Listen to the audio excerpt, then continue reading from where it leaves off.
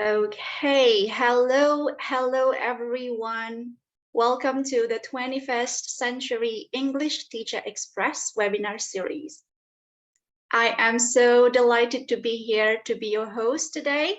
And let me introduce myself a little bit. So my name is Viska. I am an English master teacher at English Academy by Ruang Guru.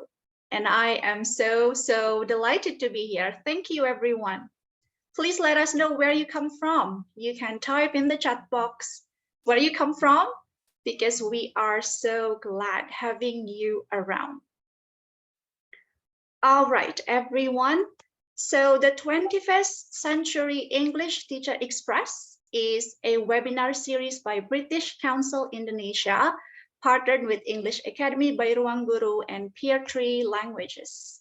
This series is aimed at teachers of primary, secondary, and upper secondary levels of English, and we will present examples taking into account both face-to-face and online teaching environments where relevant. Our aim is to deliver relevant, thought-provoking, and practical professional development in both English language teaching methodology and 21st century skills in a time-effective way, enabling busy but inquisitive teachers to increase their teacher toolkits through their participation. So thank you so much for your participation, everyone. And in the third session, today we'll hold the third session of the webinar. We will have the remarkable Susie Bridges, our academic coordinator and curriculum designer at Peartree Languages. So Susie is a teacher and a teacher trainer for over 20 years with experience in academic management. Susie has also traveled the globe helping English language learners and teachers to improve their skills and communicative competencies. Her work has taken her around the UK, Ireland, and the rest of the Europe, and further afield to Libya, Cambodia, and Vietnam, among other locations. Susie holds PGCE, CELTA, and Delta qualifications, and is a highly personable and committed professional, having delivered more than 50 CELTA training courses, in addition to her wealth of experience teaching general English, academic, and specialist English, as well as English for exam preparation. Since joining the Peartree Languages consultancy team in 2021, Susie has shared her expertise as the lead academic coordinator and curriculum designer on 2 large-scale online teacher development projects, in addition to creating and delivering webinars and lessons on a large range of topics. She also teaches creative writing and has been playing djembe since 2015. A very remarkable profile of her, of course. All right, we're so delighted to have her. And in the third series today, our topic will be about classroom management, where we will talk about an introduction to a range of learner interaction patterns in the physical classroom, building teacher confidence when managing the classroom, and also top tips for classroom management in the online environment. Hopefully, this will enrich our toolkit as teachers in the 21st century English teaching. All right, before we start, everyone, these are some of the rules that we need to know. So the first one is this session is being recorded and live streamed on British Council's Teaching English Asia Facebook. By attending, you acknowledge that your comments may be recorded and rebroadcasted. Second, if you would like to ask questions, we welcome that really well. Please type them in the Q&A box, on Zoom, or chat box on Facebook. And at the end of this session, you will be given a link to complete a post-event survey. Link to the download will be provided later after you submit the feedback. Great. All right, I think everybody cannot wait no longer. So Susie Bridges, time is yours. Hello, thank you very much for that amazing introduction, Visca. Great. So yes, I'm an experienced teacher trainer and curriculum designer working with Peartree languages, and I'm thrilled to be here giving you some information about classroom management. And because I know that a lot of you are already experienced teachers, maybe we've got a few newly qualified teachers, but throughout the presentation, it would be great if we can get some of your responses in the chat box if you feel able to contribute. Okay, so let's get started. So this is just a slide showing the 12 professional practices from the British Council's continuing professional development framework. And we are sitting in managing the lesson, which you can see is just highlighted. So the webinars that we're doing are aimed to give you some extra information on very important parts of your CPD. So last week we had understanding learners and planning lessons and courses, and today we've got managing the lesson and inclusive practices. So do look up those other webinars if you haven't seen them yet. Next one, please. So today the plan is to have a chat about what exactly is classroom management. I'm quite interested to hear if your ideas are maybe the same as my ideas. And because there's such a lot to cover, we've tried to kind of keep it really focused on exactly what classroom management is, thinking about how we can make the most of our students' talking time in the classroom by looking at some interaction patterns. Managing behavior, of course, I know is a big one for a lot of people. And then moving on to discuss some top tips for teaching in an online environment. Many of the same things can be transferred across, but not exactly. Okay, so let's get some participation from you guys in the chat box. So pop into the chat channel. What do you think classroom management is exactly? I'm going to give you a little hint and maybe start you off by saying something that I think is important. So obviously rapport. So developing a good relationship. Oh, I was hoping we might get some answers. That's an interesting one, Andrew. Thank you for that. I'm not sure I've got that one down there, but yeah, maybe the rapport is part of that. That's fine, Auntie. Go ahead and put them back up. If people want to pop in, they can do. Yes, interactions. Okay, great. Thank you, Putu. Definitely. So the ones that I've got up here will be creating a safe and welcoming learning environment. So if you've got a good rapport with your learners and they've got a good rapport with each other, that means that they're going to feel safe to have a play with the language and be able to make mistakes.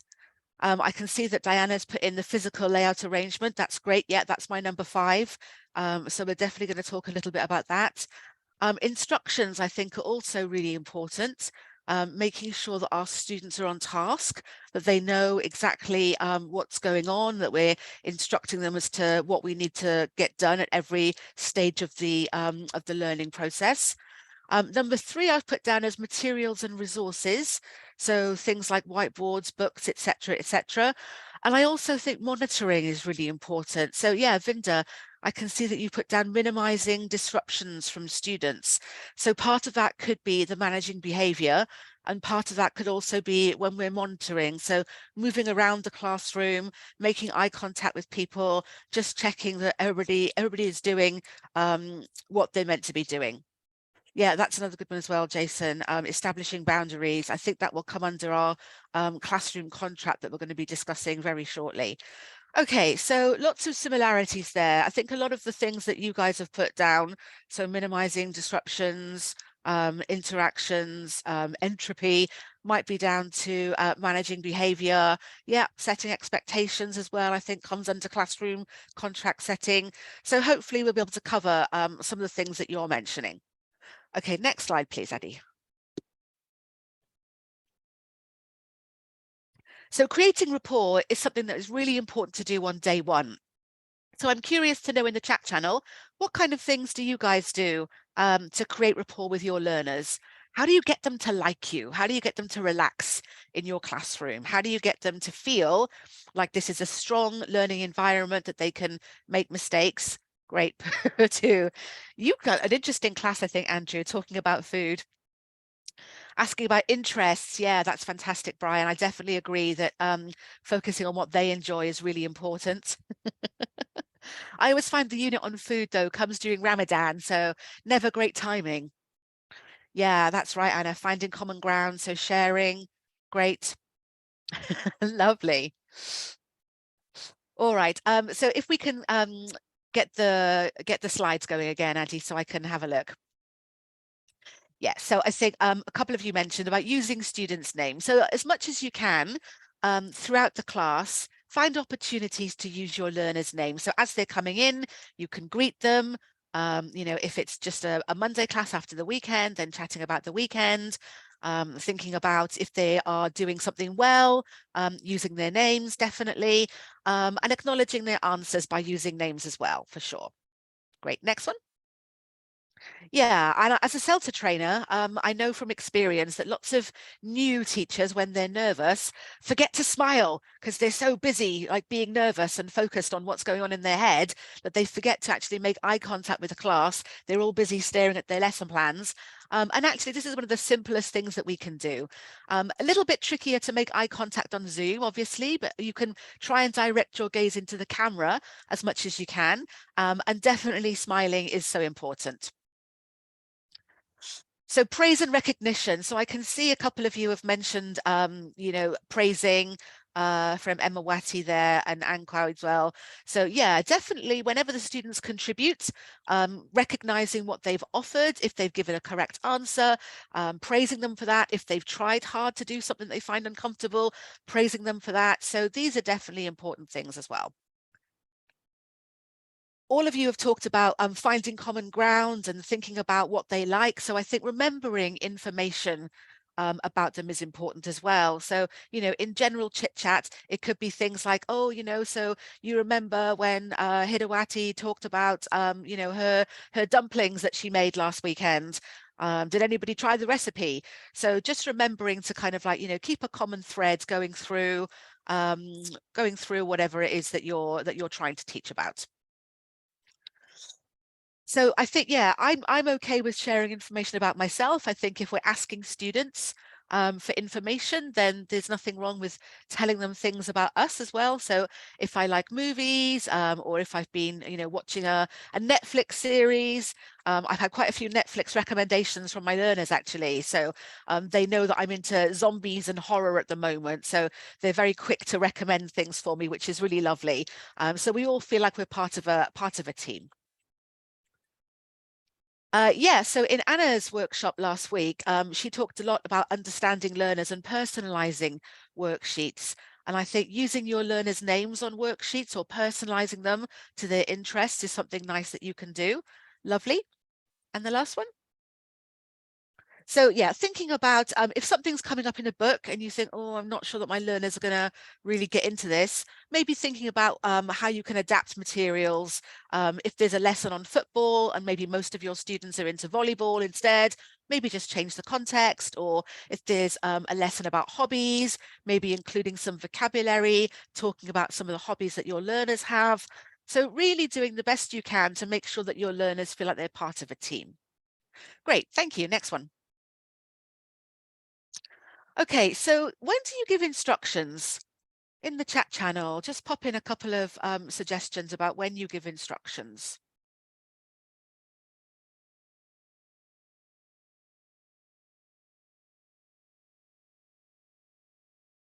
Usually at the start of the lesson, when we're encouraging our learners to come in and settle, it might be that you want to manage the interactions from the start. So I might direct students to different seats as they're coming in, if there's a couple of gaps between people. So I'm going to be usually giving instructions before different tasks. And commonly, when we're doing that, it's really helpful, particularly for your lower level learners, if you can show the students the material that you want them to work on. So supporting your verbal instructions with gestures can be really helpful for students, particularly if it's something like a matching task. Yeah, so this is something that we can do to really help them make sure they understand what's going on. Whenever we're giving instructions, we really want to make sure that we're keeping our sentences short and simple. So we've got an example of that coming up on the next slide. And if you've given instructions and you think there's still a little bit of confusion, then we can use something called instruction checking questions, often sometimes referred to on CELTA courses for sure as ICQs. So that would be things like, are you working alone or working together? Do I want you to write or do I want you to speak? So this is just making sure they've understood exactly what you've asked them to do, especially if what you've asked them to do is maybe a little bit different from the book, which could happen sometimes. Next one, please. So this is an example of how we can keep instructions short and simple. So we tell our trainee teachers, the best thing you can do is start with an active verb, because if they're low level, any additional language is just going to be a bit confusing. So giving you a few seconds to run your eyes over those different instructions, which all essentially say the same thing. Can you pop in the chat box for me the color that you think is the best instruction? So what do you reckon? Is it the red one, the blue one, the brown one? What do you think are the clearest instructions? Okay, Brian's hot off the press. Okay. Okay. Lots of people going red. I'm with you, Cindy. Yeah, the alone pink in a sea of reds. I don't think there's a massive difference if you've taught your learners that wipe is the same as clean. But something that we want to do to be really, really clear is try to avoid using idiomatic language or maybe phrasal verbs that the students might not be familiar with. So clean the board, and obviously you can add a please or a smile. I think this will be the easiest, simplest way to get your learners to understand instructions. Okay, lovely. So materials and resources is also part and parcel of classroom management. And you may be in schools or academic institutions where you're really well resourced with interactive whiteboards, projectors. You might be in a school with a normal whiteboard, so you've just got markers. It's likely that you'll be using books. It may be that sometimes you want to photocopy things, and so you'll bring in, excuse me, you'll bring in additional work for the learners. And you might also have a range of different resources in your teaching toolkit. So you can see here that I've got a set of flashcards. So these are quite common with your younger learners and with your lower level learners to help them with games like Pelmanism, so matching pairs, or, you know, matching words to pictures. And you might also have another array of tools and techniques as well. So personalizing materials, if you can, is really great for your learners. And as much as you're able, using a variety of resources. So I know from being a teacher and from being a student that if your teacher's coming in and it's on Monday, open your books to page 3, do exercise 1. And then on Tuesday, open your books to page 4, do exercise 1. And then on Wednesday, open your books to page 5 to exercise 1. It can get a little bit dull, both for you and for them.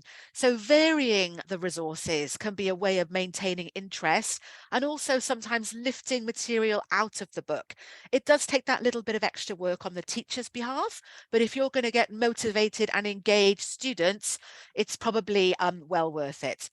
So yeah, it seems like Mohammed's putting there as well, another exercise. So yes, if we can, just making sure that we're varying what they're doing. So getting them to come up to the board as well sometimes. So giving the learners control. So when we're doing feedback to tasks, for example, why not give your learners the pens and have them come and write on the board? It's great practice for their spelling. It also gives them a sense of ownership, a sense of power. And yeah, it's fun as well. I definitely agree with you, Brian, for sure. Thank you. Next.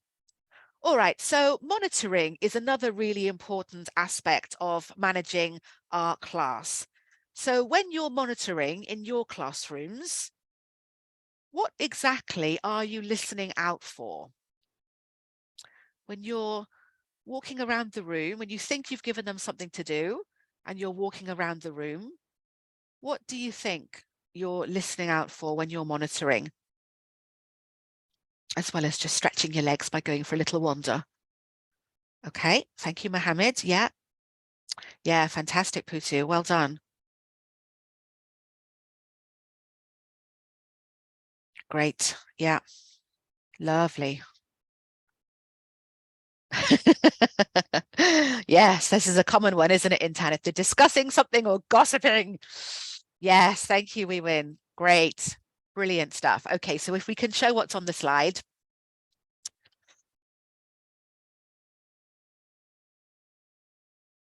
So yeah, definitely we're listening for, are they on task? So do they have their books open? Are they on the right page? And then are they doing what you've asked of them, or are they gossiping and not settling down? So obviously if you are wandering around the room, you can just, politely pat somebody on the shoulder and say, come on, let's focus on the task now. You can gossip once you've finished the activity or the exercise. If it's a grammar lesson or a vocabulary lesson, a few of you mentioned, we definitely want to check that they're using the target language. And if they are using the target language, are they making any mistakes? And what kind of mistakes are they making? So we want to be collecting all of this information while we're monitoring to make sure then we can deal with that, either with individuals or as a whole class. So if we move to the next slide, this is also thinking about what's important when you're monitoring. So the first one is checking that individuals are on task. So we obviously want to make sure that the learners get an opportunity to share and compare answers with a classmate, but maybe before they do that, we want to get them to work individually so we can get a sense of who knows what, who's doing really well and who's struggling, because that can help us decide what our interaction patterns might be.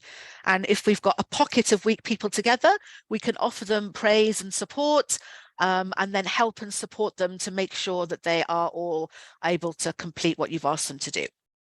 Thank you. So as we're walking around, we might, on our first go round, point and say, oh, have a look at number 4 again. Maybe you need to change something there.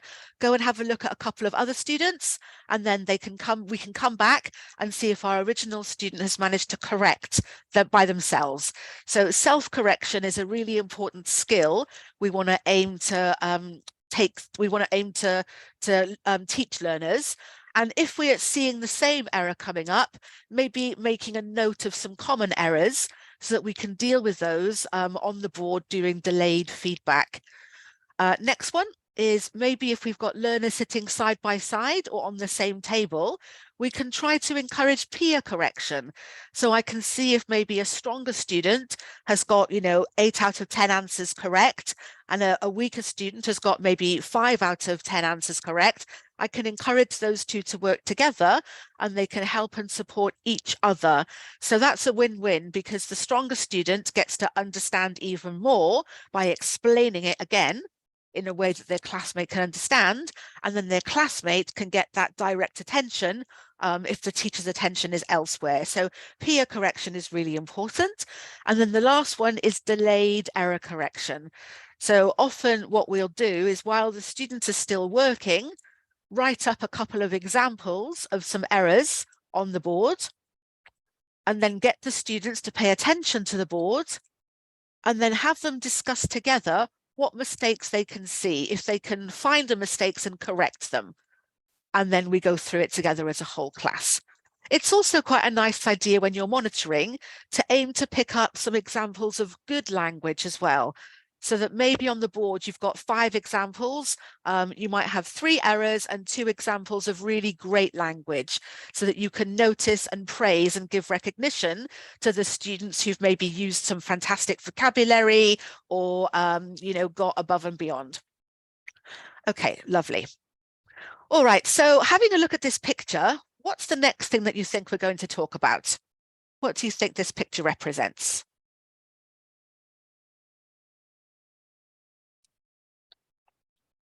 Lovely, brilliant. Oh, you're all super hot off the press there. Great, thank you. So if we can see the question on the slide, please. So this to me is all about the interaction patterns. So yeah, where are your students going to sit? So it's probably a good idea for the first week if you have a seating plan so that you control where the students sit and you can see exactly who is working well, how the dynamics are, and you can think about who you need to change if you've got a bunch of chatty students together, if you've got a bunch of quiet students together. So thinking about different layouts is an important part of classroom management, and bearing in mind that you might have physical restrictions, but we'll talk about that in just a second. I quite like the alien crop circles though, so thank you for that, Joseph. All right, so let's have a look at why bother. Okay, so why don't we just keep them all in an exam room setup? So each student has an individual desk, they work by themselves. Why not just keep it like that? Well, obviously, in an English language learning environment, we want them to be using the language as much as possible. So student-to-student communication is a really important part of how we manage our class. We really want to make sure that not every interaction is being channeled through teacher. You guys all speak great English, I'm sure, so it's not you that needs to practice, it's your learners. So we want to think about ways that we can maximize the students' opportunities to speak to each other by varying the table layout and changing where they sit. Sometimes it might be useful just to leave the tables behind, like you can see for the circles and also for the mingling activity, which is this one down here. So getting them to move around the room is encouraging the blood flow to the brain, which can be great to wake them up if you're in the middle of a long lesson. And of course, variety helps keep boredom at bay. So if you've got them for 45 minutes or for 60 minutes, or maybe your classes are even longer, it's great if you can move them around at least once or twice, just to make sure that they're moving their bodies and making their brain work, and then having them chat to some new people. So we'll have a look at some of these interaction patterns in a bit more detail. Okay, so I'm just going to share my screen so I can play the video. This is a lovely, lovely lady called Inda, who was one of the teachers on one of the mentors, sorry, of the New Santara Go project, which we recently did. And one of the lessons that I taught was about playing games as a way of learning vocabulary. So Inda decided that she was going to, Inda decided that she was going to challenge herself by doing an activity, and it's called Change Chairs If. Oh, it's not working. Apologies.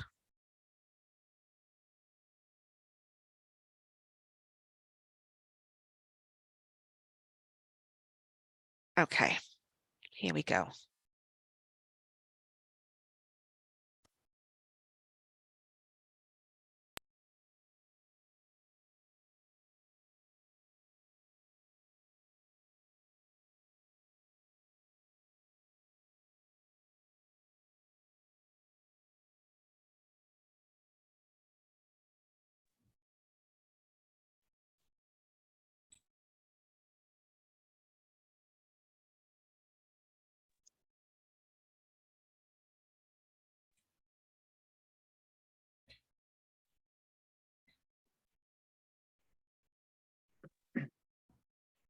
Susie, it's not moving for us.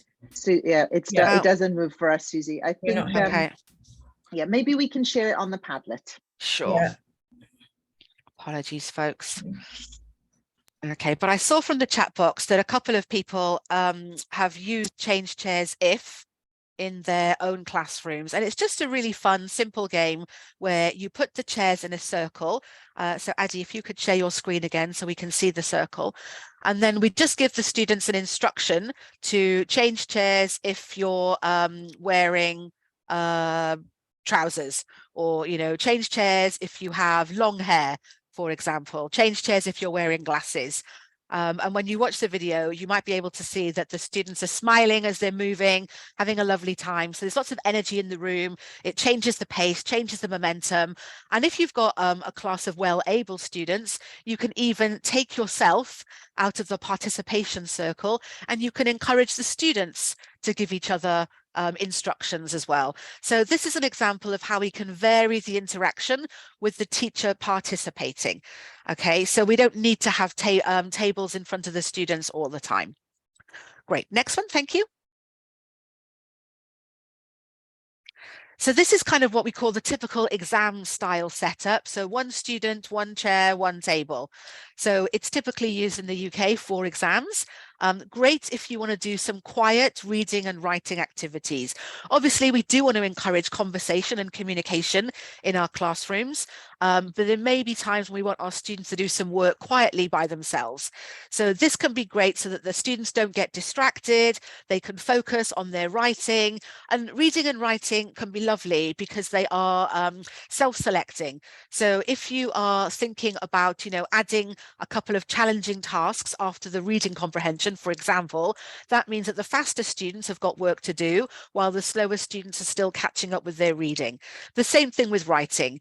We normally like to give our students a time limit for writing, not an amount, because obviously different students will produce different amounts. So in, for example, 10 minutes, maybe the best that I can do is 3 or 4 sentences, and that's great. And maybe then the best thing that my partner can do might be 1.5 pages, and that's great too. So we always give our students a writing time limit and not try and encourage them to write too much because it might be beyond what they're capable of. Okay, and it's also really helpful if you're doing maybe a grammar activity so that you can check how each individual student is progressing. Obviously, when students are working together, they can support and share each other's answers, which is lovely, but there might be times when you want to really try and find out what they know individually. So again, your monitoring can really help you collect this information. Great, next one. So in a UK classroom, in a language learning classroom for sure, the horseshoe is probably the most common interaction pattern you'll see because the teacher is in a central position and able to make eye contact with all of the room, and the students are also able to make eye contact with each other. Yeah, it's also called a U shape as well. But the students can make eye contact with each other. So again, it's encouraging this class bond of making sure that the students have got opportunities to talk to each other. Not everything is always going through the teacher. It's great for pair work because obviously the students can share and compare. They can have conversations together, and this can build their confidence. So if they're chatting about their answers before you ask for whole class feedback, the student has an opportunity to rehearse what they're going to say before saying it in front of the teacher and the whole class, and it really builds their confidence. So this is quite a nice one to do if you have the time and the space. Okay, next one. So project work is often done on 2x2 tables, so in little groups of 4. If you want your students to have group discussions, maybe. Again, you don't even need to have the tables for this. If it's a talking task, there's no reason why you can't get your students out of their chairs and then in little pockets around the room in groups of 4. But if it's a project or there's going to be some kind of outcome from the talking task, then this can be a really nice one to encourage larger groups to work together. And teacher can move around the room and monitor really easily and make sure that all of your learners are on task. Okay, next one. All right, so obviously we can see looking at this picture, this is a giant class. In the chat box, can you just let me know, how big are your classes? Are you working with kind of 12 to 15 students? Are you working with 20 students? How big are your classes where you're teaching? Thanks, Andrew. It's a nice manageable number, I feel. I've worked with groups of between 18 and 25. Ah, okay, online, we'll get to that. Okay. Ooh, Melissa, goodness me. That's a lot. Okay.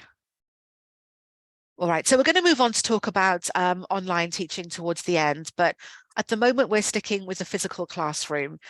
So yeah, quite a few of you have got under 20, some of you have got 20 to 30. So if you do have larger classes, even if your tables are fixed, you can still encourage variety of interaction by asking the learners to turn around and talk to the people behind them, or having them, you know, group together and talk to people that are around them. Or if we can take one person and then move them to the end of the row, and then people have a domino effect, that can also vary the interaction. So it's a little bit more challenging and certainly a lot noisier, but we can still try and find ways to vary the interaction, even if the room is set. Okay, next one.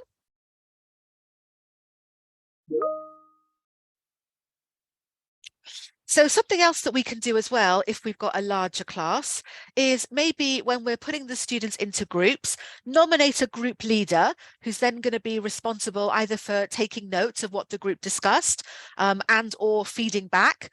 Or maybe even you can encourage the group leaders to come up to the board, maybe not all at the same time, but across the course of the lesson, you might ask different people to come up and then everybody feels they've got a chance to contribute. Okay, next one.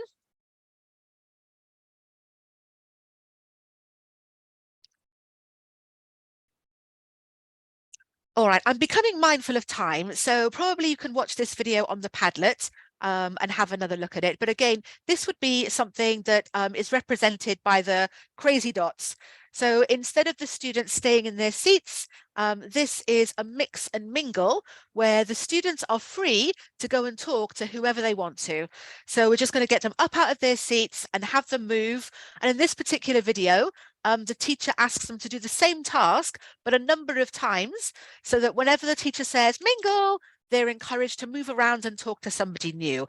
Of course, there's always going to be a couple who maybe want to stay with their friends, or one or two who just get a bit left behind. So you still need to use your monitoring skills to draw people together. But this can be a nice one for encouraging class discussion. Next one. Okay, so moving on to talk about managing behavior. So I definitely believe that if you create a classroom contract from the outset, this can help to minimize disruptions and problems, because if the students have been negotiating the rules with you, there's much more buy-in. If they feel like they've had some autonomy over what the rules of the classroom are, then they're much more likely to stick to the rules because they were the ones who set them. So there's a couple of classroom contract templates for you to have a look at. These are freely available online, appropriate with higher level or with lower level. And it's a really nice first lesson task to do. And it's also a way of sneaking in a lesson on modals about should and have to, if you're that way inclined. Thank you. Next one.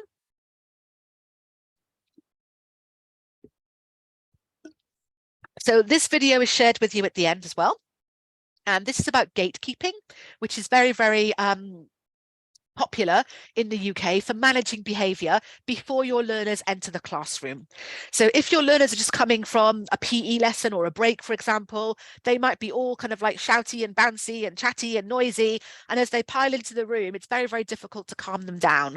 So it's very common in UK classrooms that the teacher will stand at the door and then ask the students to quietly line up and not let people into the room until everybody is settled down and they're quiet and they're polite and they're well behaved. And as they're settling down, this is your opportunity to use their names and go, great stuff, Jenny. Thank you so much for being quiet. Fantastic to see you. Ready to go, Andrew. Thanks for that. And then also maybe just saying things like, oh, we're still waiting for 4 or 5 people to quieten down.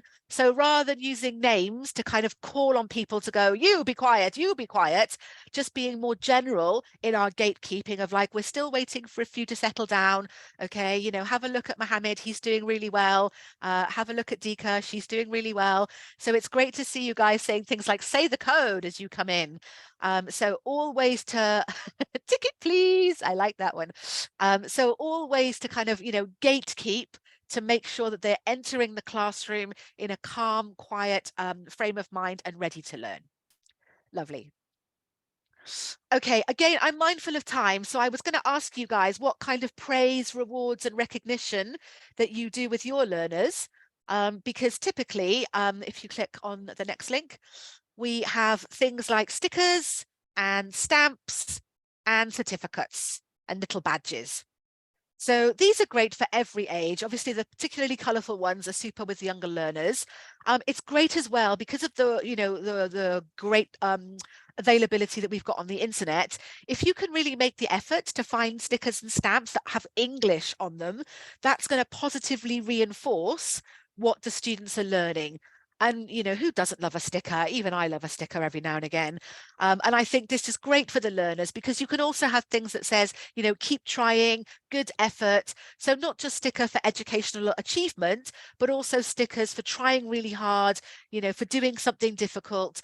And I think learners and young learners respond really well to these kinds of efforts to praise them, reward them, and then recognize their behavior with certificates. So again, it doesn't have to be certificates for achievement. It can be certificates for effort, certificates for good helping, certificates for good listening, certificates for sitting still and being quiet. So you can tailor what the awards are according to what your learners need positive reinforcements for. Okay, great. Next one. So these are a couple of little tips and tricks with visual consequences, visual warnings. Most people are familiar with football, the yellow card, red card rule.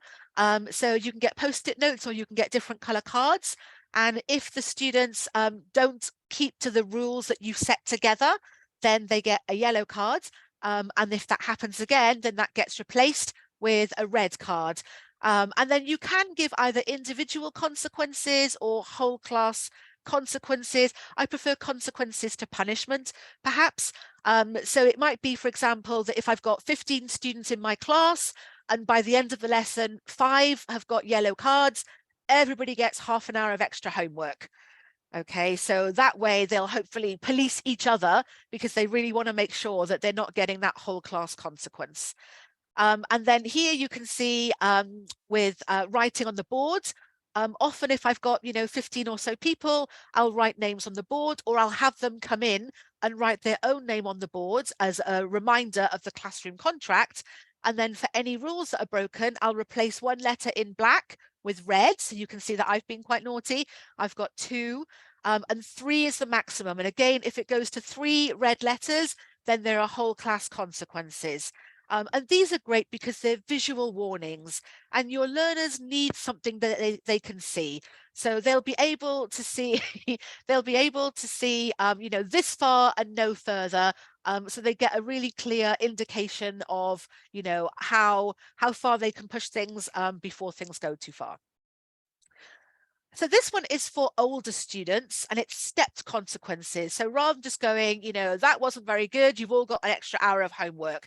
We need to make sure that we're being really clear about what the problem is. So we're going to give our learners a warning and a reminder that if you don't stop talking, you're all going to get an hour of extra homework. If the talking continues, then we can make an adjustment and say, I notice that you're still talking, so I'm going to move you away from your friends and have you sit at the front. Okay, and then hopefully that's going to make you stop talking. And if you don't, it's an hour extra homework. And then, either give them extra homework or there's a loss of time with lunch or break or after school detention. So moving on to teaching online. So definitely rapport is really important. And the great thing about Zoom is that you can see people's names. There's no excuse for not using them. And obviously making eye contact through the camera and trying to involve people as much as you can. Instruction giving is really important on Zoom as well. And it's really common that after you've given instructions that you would do an example together so the students know exactly what to do to stay on task. And Zoom is obviously great for that because you're able to share your screen and you can encourage interaction in the chat channel. Next one, please. Another great way to maintain attention is keeping your lessons interactive.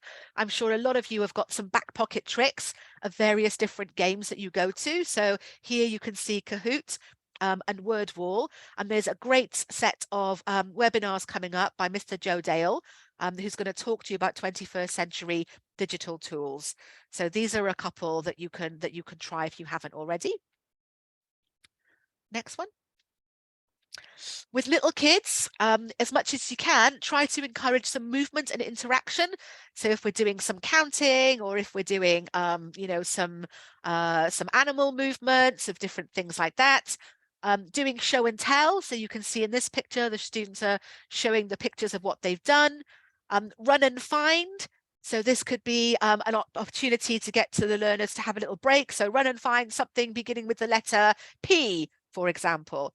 And then little breaks throughout the lesson of stand, shake and sit break. So, okay, just for 60 seconds, let's stand up and shake our bodies, just so they can kind of like get rid of that excess energy. And then hopefully when they sit down again, they'll be a little bit calmer.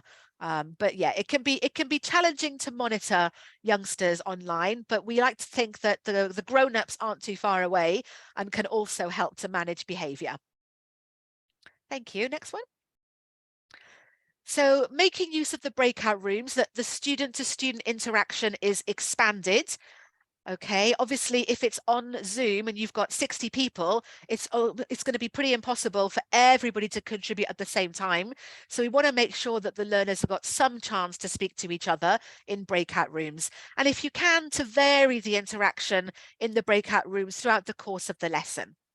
If you've got a bank of asynchronous material so that you can direct your learners to for homework to support what they're doing in the online lesson, that's really great.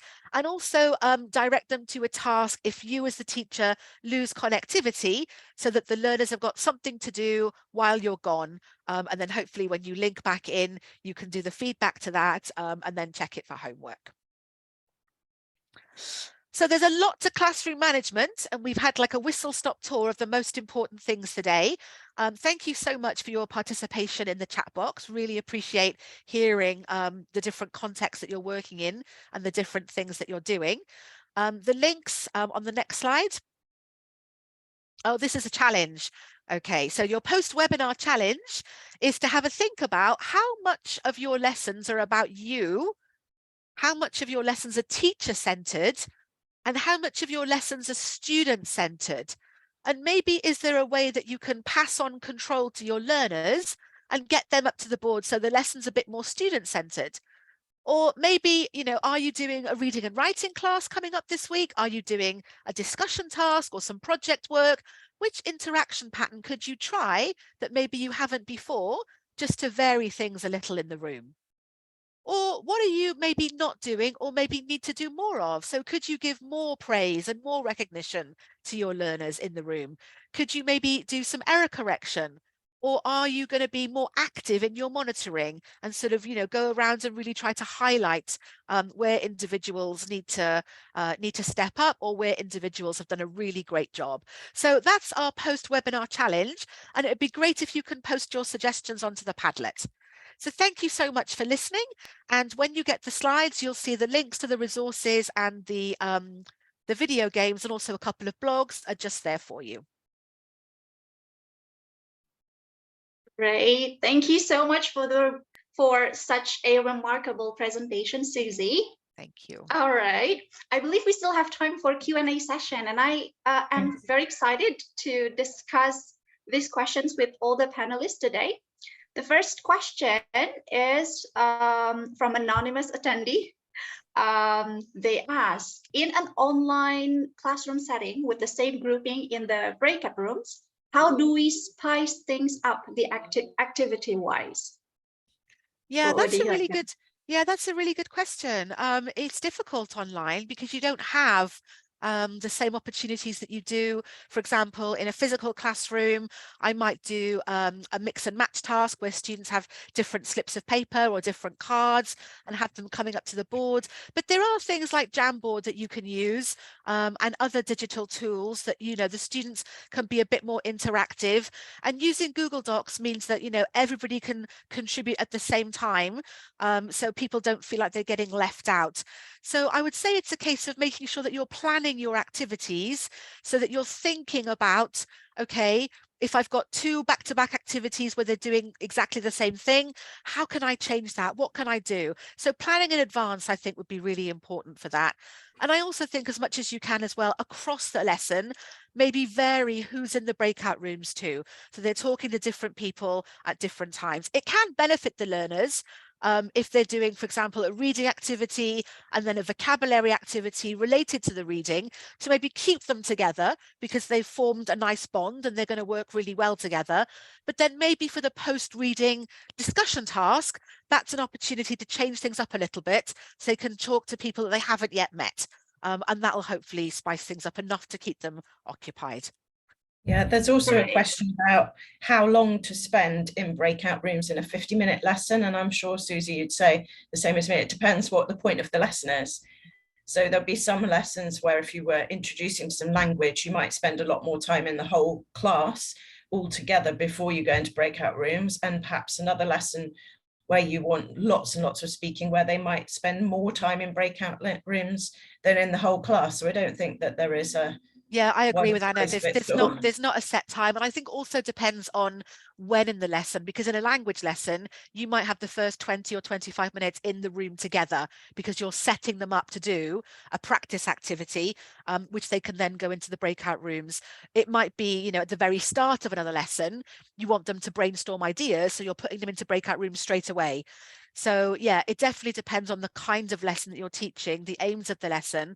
And I'd say probably within a 50-minute lesson, you know, no more than 2 or 3 times in breakout rooms, because, you know, especially if you've got like 30 or so people, by the time they've all gone off into rooms and people have like sorted themselves out and they're going to come back and share, it's going to be quite challenging to get anything meaningful in the discussion. So you want to be giving them, you know, a good sort of like, you know, 5 or 6 minutes in the breakout room minimum, so they've at least got something to offer when they come back.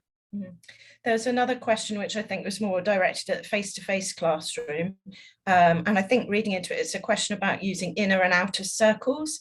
That for me is something that I call onion rings, where you have students in usually 2 rings of students, and the students in the middle face outwards and the students on the outside face inwards. They face each other, and so you're opposite a partner.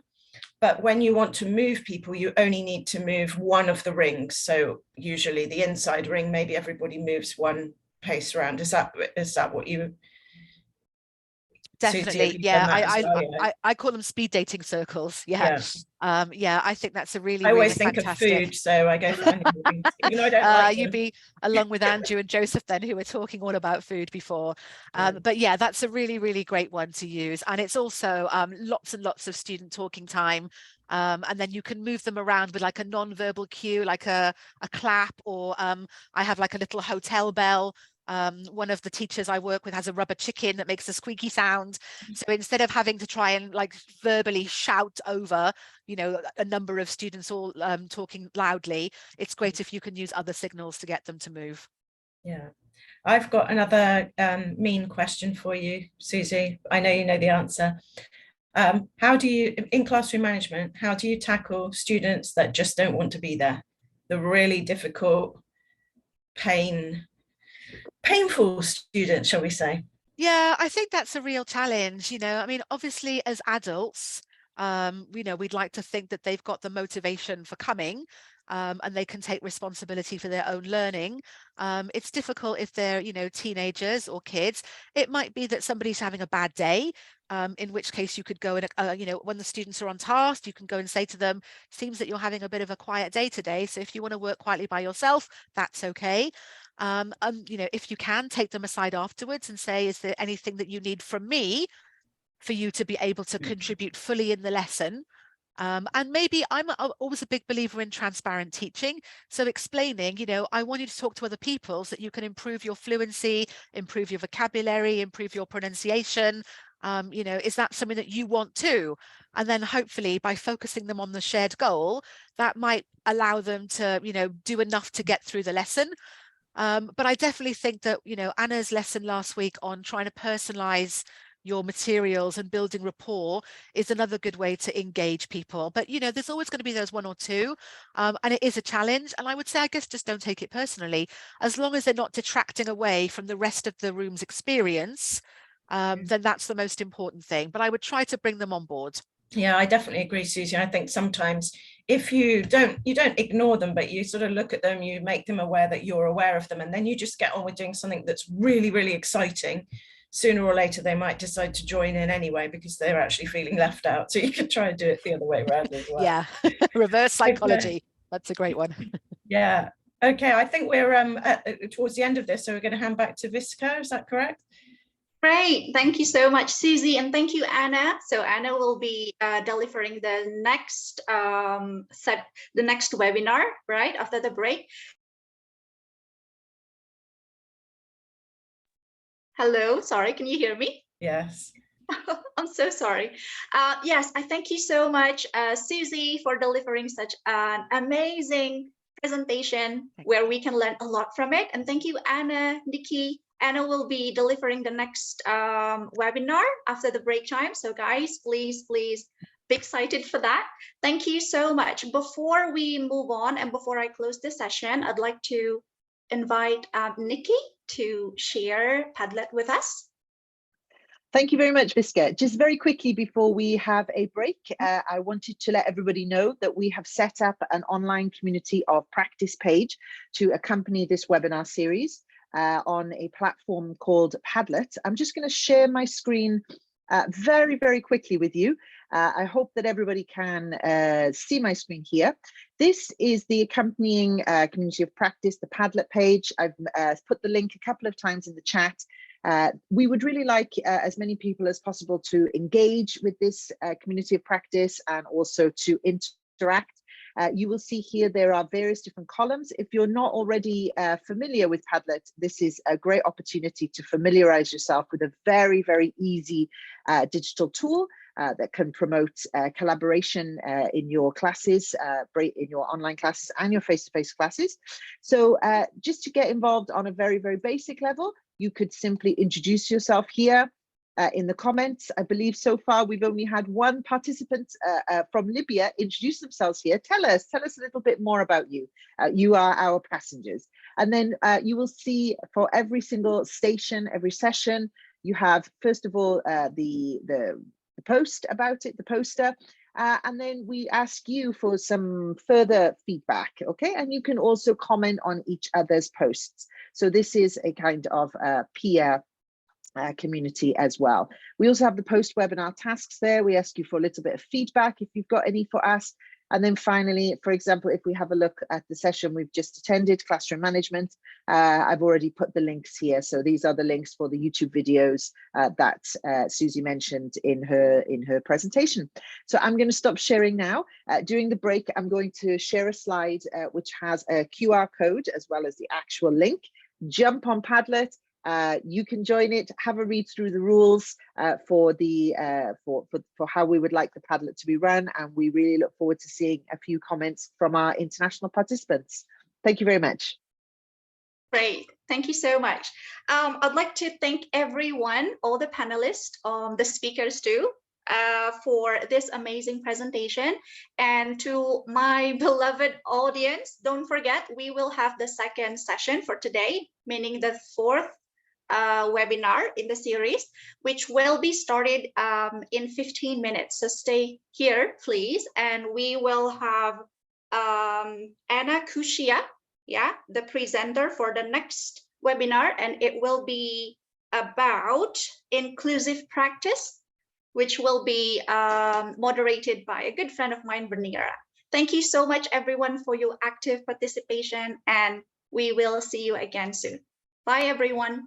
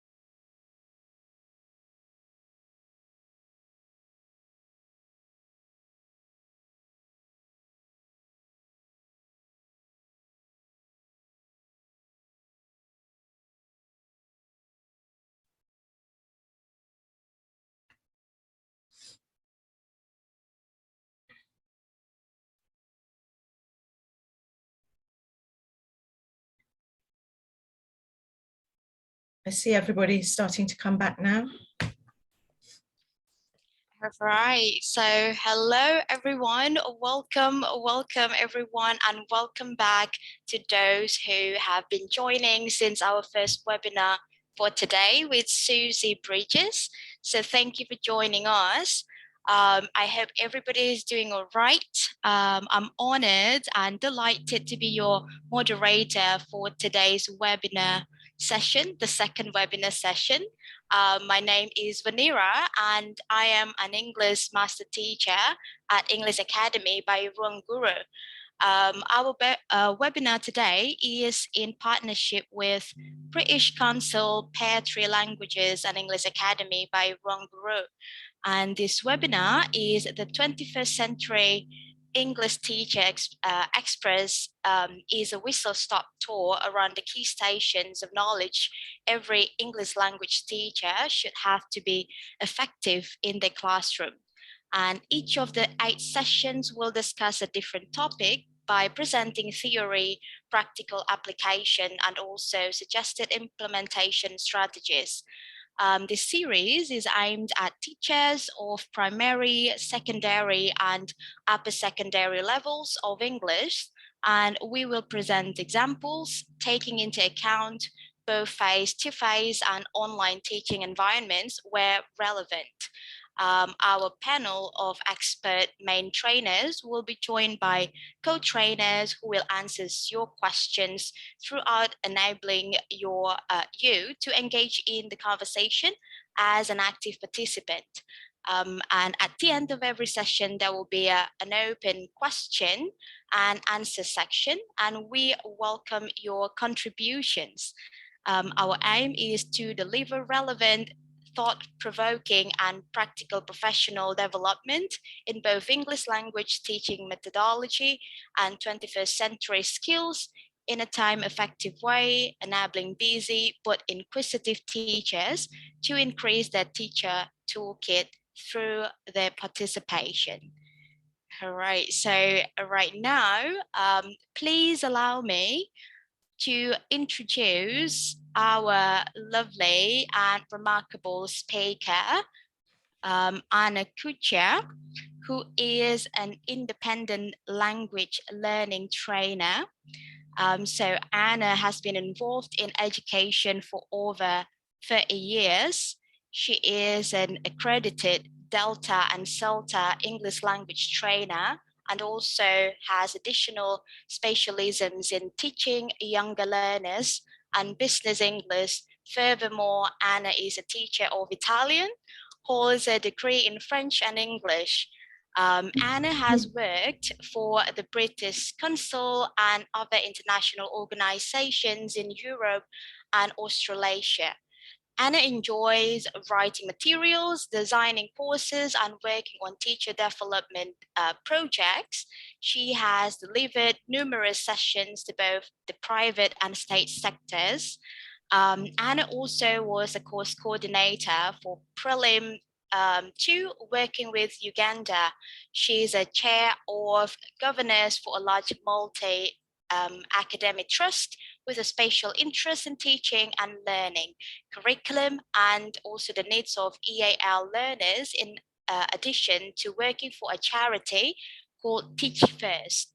In her free time, she enjoys swimming, yoga, and cooking, as well as keeping up to date with the world of education. All right. So the topic for our today's second webinar is the inclusive classroom with subtopics, understanding and practical tools to effectively create inclusive and diverse classroom. But before we continue, just a little housekeeping, of course. So this session is being recorded and live streamed on British Council's Teaching English Asia Facebook. By attending, you acknowledge that your comments may be recorded and rebroadcasted. If you would like to ask questions, please type them in the Q&A box on Zoom or chat box on Facebook. And at the end of this session, you will be given a link to complete a post-event survey. Link to download e-certificate will be provided after you submit your feedback. Okay, so right. Okay, so before we dig deep into the topic, let me share you a summary of it here. So as teachers, we might wonder about questions like, but how do we achieve diverse and inclusive classrooms without teacher feeling burned out? And are we aware of our own unconscious bias and how it impacts our teaching competencies? What can diversity look and feel like? How can we embed equality and inclusion into the curriculum? This webinar unpicks some key theory to see how to apply it to our teaching. So we will look at practical ideas to meet the diverse needs and abilities of our classes and to keep an open mindset. And this session builds on the Understanding Our Learners webinar, and we allow you to expand your range of classroom tools to help you be more inclusive and more aware of your whole class environment. And I believe everybody's super excited and can't wait for the webinar to start. So without further ado, we will turn the time over to our wonderful speaker, Anna Kuchia, please. Thank you very much. So I'm going to start to share my screen just to check that everybody can see it. Can you see the screen? Yeah, it's all good. Thumbs up. Okay, brilliant. And I just want to make sure I can see the chat box as well. So I am going to be asking people to use the chat box as you were asked in Susie's session as well. Maybe slightly yes, but less, sorry, rather than yes.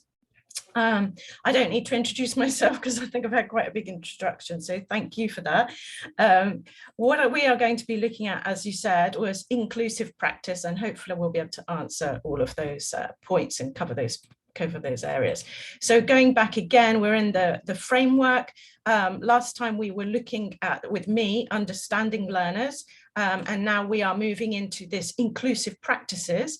And most importantly, we're going to be looking at what is EDI, and EDI is a very hot topic in the UK.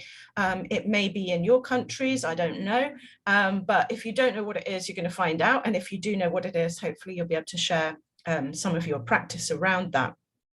So I would also direct you back to the previous session on understanding learners as well, particularly slide 10, where we looked about collecting information for about students, because we will be sort of building on some of those ideas. So thinking about the first E in EDI, which is equality. And if you'd like to just have a look at this picture, hopefully you can see we've got 3 people and they're all standing on blocks. And I'm going to type something in the chat box. And what I would like you to do is you're just going to write one word. But very importantly, please do not press send. Okay, I don't want you to send your answer yet. So just think about the word and prepare it, but do not send it. So the sentence I'm typing in the chat box is, they are all trying, oh, get my spelling right, trying to look over the So what I'm going to want to know is what they are trying to look over. Please do not send your answer yet. Okay, so prepare an answer in the chat box. If you know what this grey thing is called, which I'm sure many of you do, prepare that answer in the chat box. I'll give you a moment to think about it. So we've got 3 people, they're all standing on blocks. They are trying to look over the. I'm going to count down and then I want you to press send. Okay, so after I count down, so 3, 2, 1, send. Okay, right. Perfect. I'm seeing loads of correct answers here and some nice ones as well. Right. The name of what they are trying to look over is the fence. And yes, they may well be trying to look at something interesting on the other side of the fence. But what we've got to ask ourselves is, if we treat people equally and we give each person a block, can they all look over the fence? And the answer, as you can see, is no, because this person is not got a good view. They still can't see over, and this person maybe is higher than they need to be. They didn't need this block. So we used to talk about equality as being the first E, but now we move much more likely to think about, instead of being equality, we think about equity.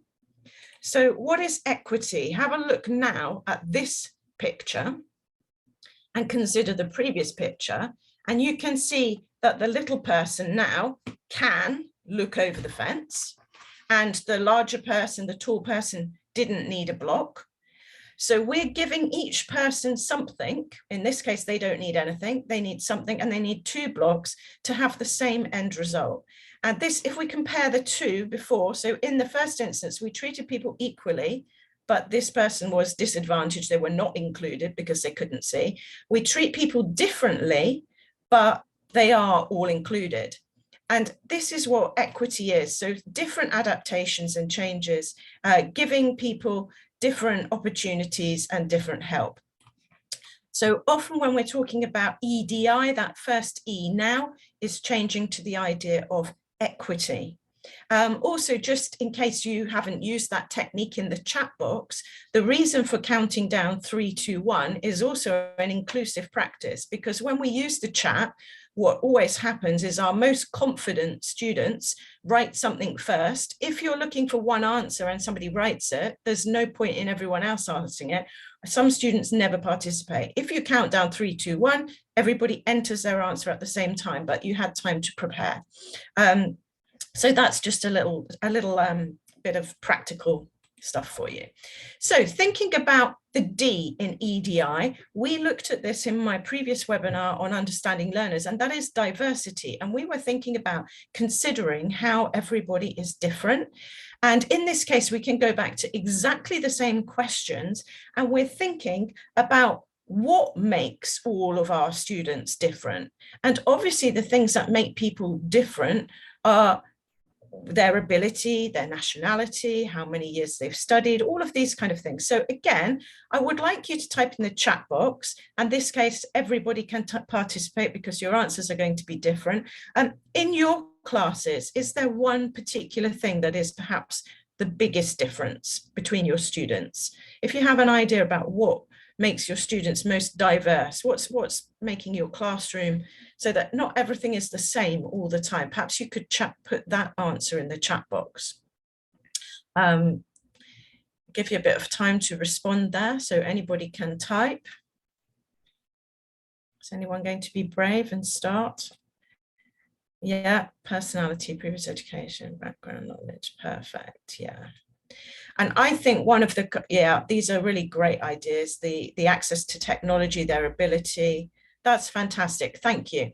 Thank you. So what is very common for most people is usually, particularly in terms of their ability, not everybody will be exactly the same in English. Some people will be very good at listening and not very good at writing. Some people will be confident speakers and maybe they struggle with reading.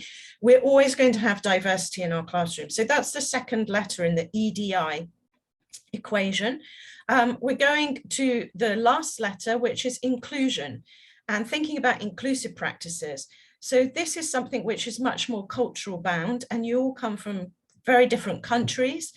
So I'm not going to talk to you too much about this because it's very much about your own setting. But in the UK, again, we're looking very much about trying to be correct in the way that we approach people. So if you look at this picture, maybe you're not seeing yourself, or maybe you are. So if I look at this picture, although I'm a lot fatter, I happen to be wearing yellow, I'm going to relate to the lady, the white lady wearing yellow more than the other people, because maybe she looks a little bit more like me. And if I relate to her a little bit more, maybe I'm going to, without even thinking about it, give a little bit more time to that person, or think I understand that person better. And this is part of something that we call unconscious bias. You may have come across this. So we need to avoid unconscious bias and think about celebrating differences and valuing everybody. In schools in the UK at the moment, there is a lot of work about disabilities, about race. There's a lot about sexuality, LGBTQ groups, pride groups, all sorts of things. But different countries have different areas that they want to focus on. But what we're trying to focus on is understanding that everybody is different and trying to include everyone without being biased towards one particular group of people. So that's our sort of EDI. So thinking about our responsibility as a teacher, again, I just wanted to share with you some practice that's happening in the UK, and I'm sure you have something similar in your country, and the British Council is certainly trying to do this as well. We have the Department for Education that all teachers have to work towards their standards, and they have 8 standards, and standard number 5 is this one. So just take a moment to have a look at what that's saying there. And I draw your attention, obviously it's in the title, but drawing your attention to the key point, which is thinking about having a clear understanding of the needs of all pupils. So even if they have a different social background, different culture, different nationality, different abilities, it is our job to adapt our teaching to respond to everyone. And the British Council is in support of that. There's some slides at the end of this I'll show you to look at their work. And different countries, governments have put together different guidelines for teachers to look at. So thinking about, is our material inclusive? We all have to use usually course books, and course books, unfortunately, are produced for a mass market. We cannot tailor them specifically to one group because it's not economically viable. But when you look at the course book, you might not see yourself. So if you were looking at a unit about families, and this is the picture of the family, do you see yourself? Maybe here the skin color is wrong. Maybe you don't have a brother if you're the girl in the picture, or you don't have a sister if you're the boy in the picture. Maybe this just doesn't look like you. Now, some books are trying to be more inclusive. So for example, in this family, we've got 2 dads, and in this family, we've got somebody with a disability. You can't change your course book, but maybe think when you're looking for any pictures or visuals for your class, you probably are tending to choose the ones that you like or that seem most like you, and that's not terribly diverse or inclusive. So try to look at things that reflect the people that you're working with. So that's a very simple fix. In my last webinar, we also talked about learning preferences and differences. And this is a key point as well, thinking about how people like to learn best. Now, this has been discredited by a lot of people because it's hard to back it up with scientific research. But most of us that have been in the classroom for many years will say, and also about ourselves as language learners, that we have a preference. I studied French at school for many, many years, and I was a very bad French student. Then I went to an African-speaking French country, and I could hear French all around me, and suddenly I thought, oh my gosh, I can learn languages. I'm really good at languages. I just need to hear it. So I work very well with auditory. I'm sure that if I travel and I go to a country, after a few weeks, I can start to say a few words. But if I look in books for years and years, I don't have the same result at all. So some people do prefer to look at things. Some people like to move cards around or do something physical or get up. Some people like myself might be quite auditory. Some people like to look at the detail of things, and some people are more interactive. And there's many different materials on the internet about different learning styles, preferences. You can talk about kinesthetic, about auditory, people that are interpersonal, intrapersonal. I don't think you need to know them all, but what's important is if you know what your preferred styles are, you can then try to not always use your preferred style when you're teaching. So thinking about this, what that could mean. So let's say that we're going to, oh, somebody's raised a hand. Are we allowed to, if you've got questions, could you please put them in the chat box or put them in the Q&A, because I can see the chat box as you're going, as we're going through. So I should be able to answer questions as we're going along, just if you have something relevant. Thinking about a lesson, if we were going to introduce a new topic, now all of us as teachers, we open the course book and we find ourselves on a new unit. So this unit, for the sake of argument, is going to be school, okay?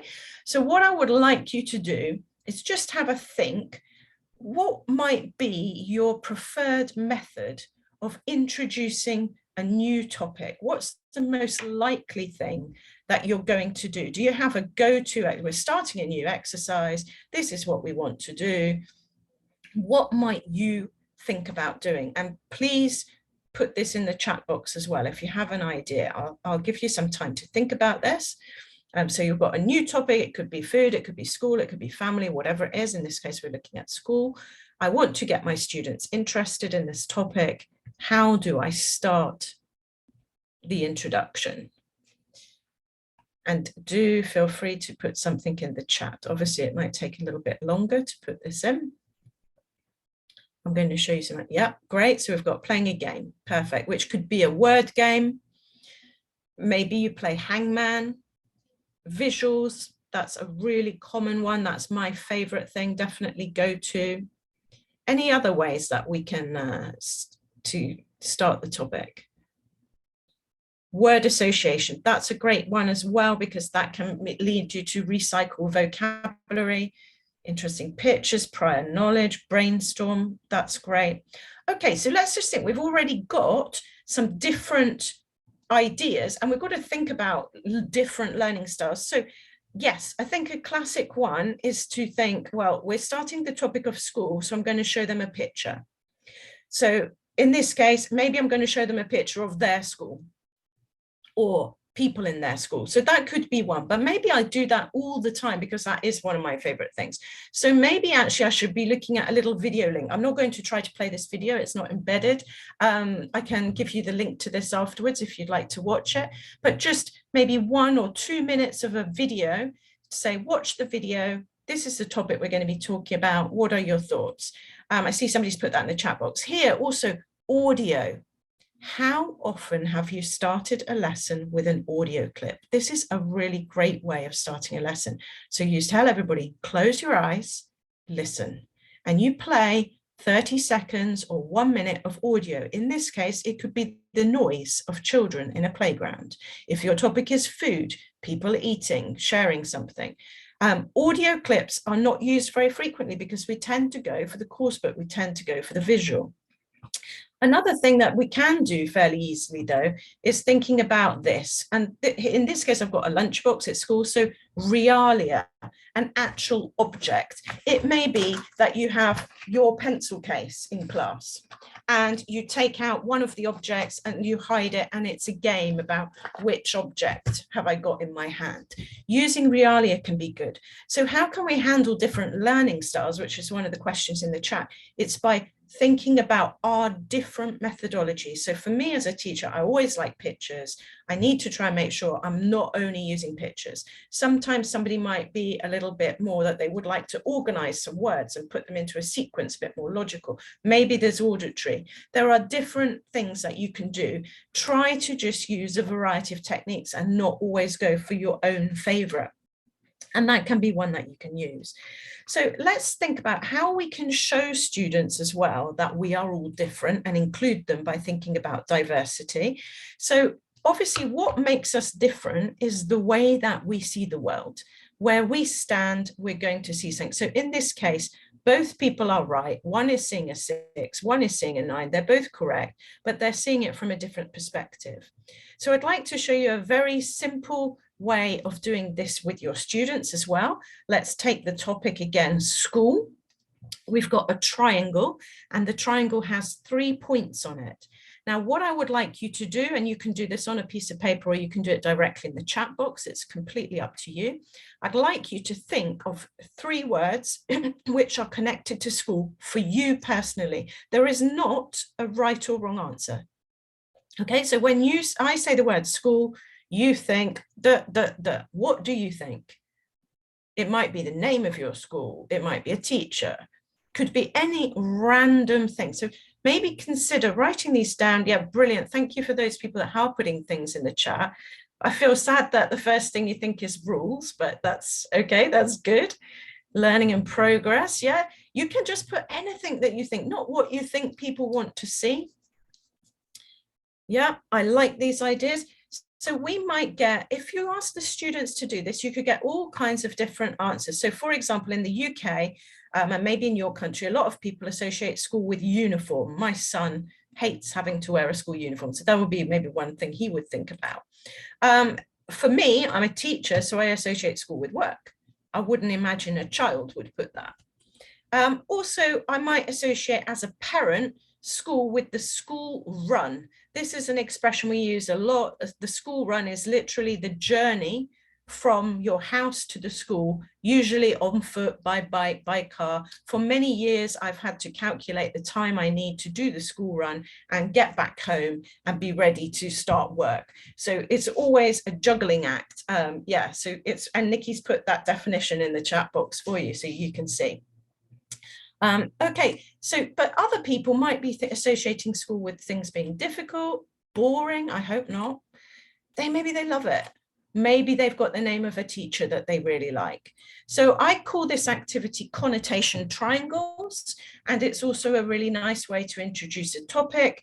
If you're teaching younger learners, you can actually cut out the shape of the triangle. You can write words on cards, you can stick them up, you can put them around the room, and you can show very simply your students how they are diverse, how they're different, because even with the same thing, we see it differently. And there's been some great ideas in the chat, so thanks for all your participation with that. Okay, thinking about how we include everybody. Now look at these students. Maybe when you look around your room, you're seeing different expressions. You're doing the same lesson, but one person is looking maybe a little bit perplexed or confused. Somebody is perhaps a bit bored. What can we do to try and include everyone? And this is what we're talking about, thinking about having elasticity. So being elastic in our lesson. Very often we try to just teach most people, and we end up not teaching well enough the people that are having the most difficulty, but also the people who are the most able. So students that are very capable can sometimes get a little bit bored or a little bit lost in the mix. So we're going to have some time considering this. So we need to think about how ready our learners are. So if we're talking about teaching something, how much do they know already? And I saw some of you have put background knowledge, etc. Let's think about, in this case, a grammar point. So I'm going to show you the grammar point. I've got different areas of this grammar point, and by all means type in the chat box as soon as you realize what grammar points we're talking about. So the context is this. We need the context. We've got an umbrella, and here's why.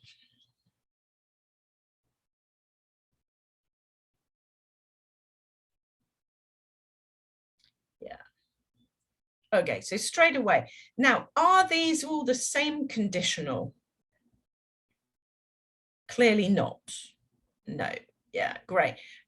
So the first one, we've got a first conditional.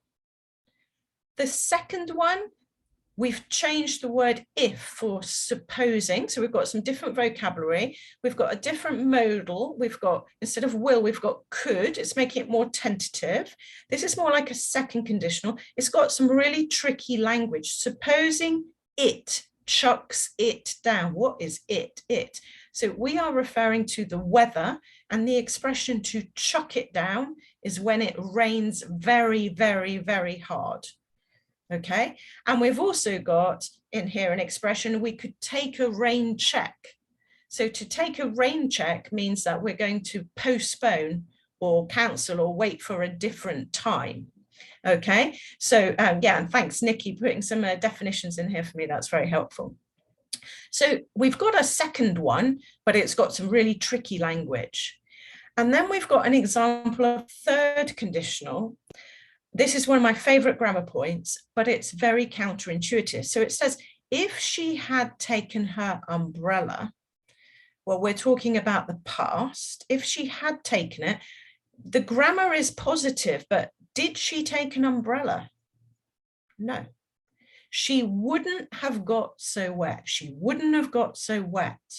She wouldn't have got so wet. We've got not. She would not. So did she get wet? Yes, exactly the opposite of what the grammar says. So we've got a real complicated hypothetical third conditional. And we know as teachers how ready our learners are. So you might have some students who are going to be ready for that first conditional and they're perfectly happy. They definitely don't want to see a second conditional with a different word, because without the word if, they don't recognize the conditional, and that's just too complicated for them. They don't want that extra difficult vocabulary because the grammar point's already tricky. And maybe the third conditional is a step too far, but for other students, they will be ready. So we need to think about, when is our student ready? How do we include everybody? We can't always work at the same pace for everyone. So I'd like to think about this idea as well. The key aim in a lesson is that we're trying to get our core knowledge. So if we're teaching conditionals, we would like everybody maybe at least to know a first, second, and third conditional at some point in their learning in a very simple form. We would like them to recognize it. Maybe for some students, we're never going to ask them to produce a third conditional because it's quite complicated. And when we go past our key aim, we then can move out to extension tasks, additional tasks. And for students that are very ready, we can stretch that elastic band even further and make them do something more difficult, like standing on tiptoes. If you're standing on your tiptoes, you're having to really reach high to achieve something. And this is where we think about our different kinds of students. So the core knowledge needs to be understood by what we call our low prior attainers. So these are the people who are finding it academically difficult. The middle prior attainers, the average students, and also the high prior attainers. Everybody knows this. This is probably what's going to be in the test. For people that are a little bit more ready, we can move on to this extension task. So our middle prior attainers and our high prior attainers. And if we're really inclusive as a teacher, we will also think about some extra stretch difficult tasks for the high prior attainers so that they're not bored in a lesson. Because if you make things too simple, too easy, and you never stretch, you're not being inclusive and you will lose some of your learners. Now, this whole idea comes again from somebody who you may have heard of. Type in the chat box if you know where this man is from. You can maybe pop his nationality in the chat box for me.